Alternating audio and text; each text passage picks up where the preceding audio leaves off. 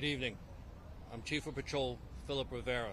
I'm joined by Chief of Housing Charles McAvoy, Assistant Chief Ruel Stevenson, Commanding Officer of Patrol Borough Manhattan North, and Deputy Chief Rohan Griffith, Commanding Officer of the Force Investigation Division. I'm here to provide an update regarding an officer-involved shooting which occurred earlier this evening in East Harlem.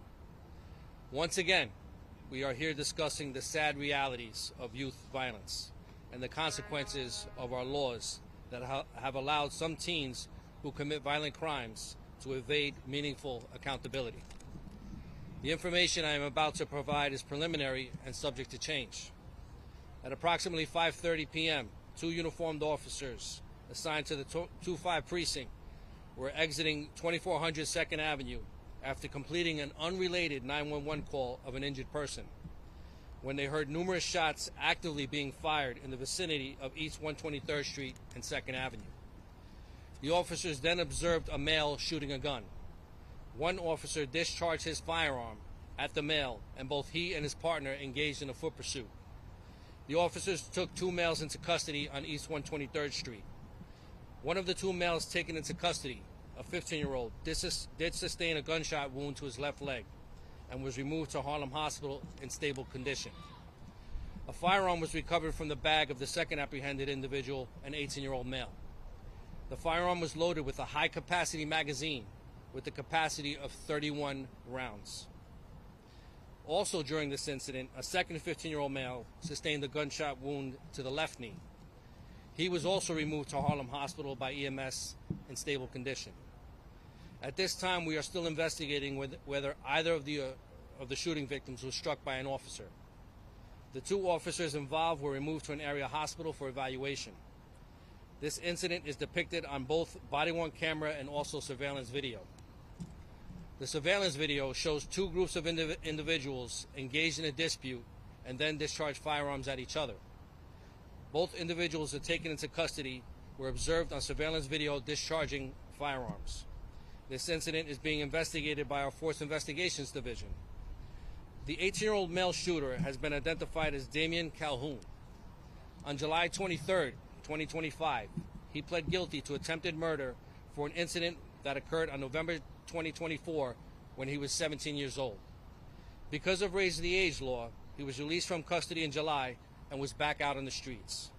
His next court date for the attempted murder charge was scheduled for November 2025.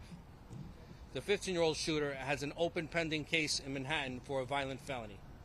I'll now take some questions. I thought we had time for some on-topic questions. We're going to start with Josh Hanager. Hey,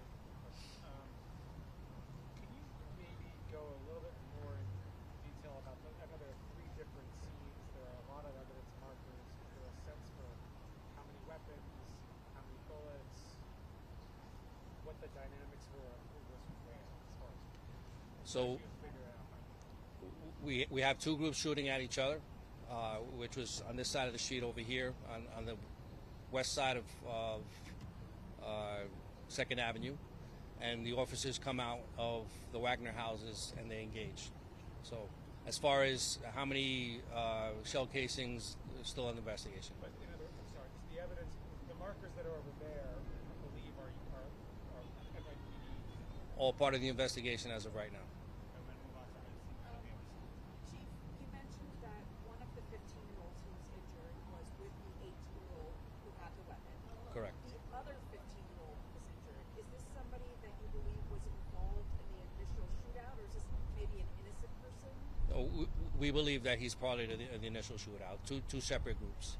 And where in his body was he hit? He was shot in the leg as well. In the leg as well. Yes. And they're both 15-year-olds are recovered in the hospital. Are they stable? Stable right now, yes. you have one, Lewis. Are you looking for any more people who said shooters? How many people were involved in this total? Do you have an idea? We're still sorting through that. We're trying to find out how many people altogether. But we still have some work to do. Likely more than one. Yes. Is there any known gang affiliation or prior history between the people involved in the shootout? That's one avenue that we're pursuing, but it's still soon to tell as far as what avenue we're going to take with that. And Josh Andrew. Big picture here, broad daylight still. Got a lot of bullets flying around. you've got these apartments, lots of people. As far as you know, there are only 2 shooting victims, both in the leg, both involved.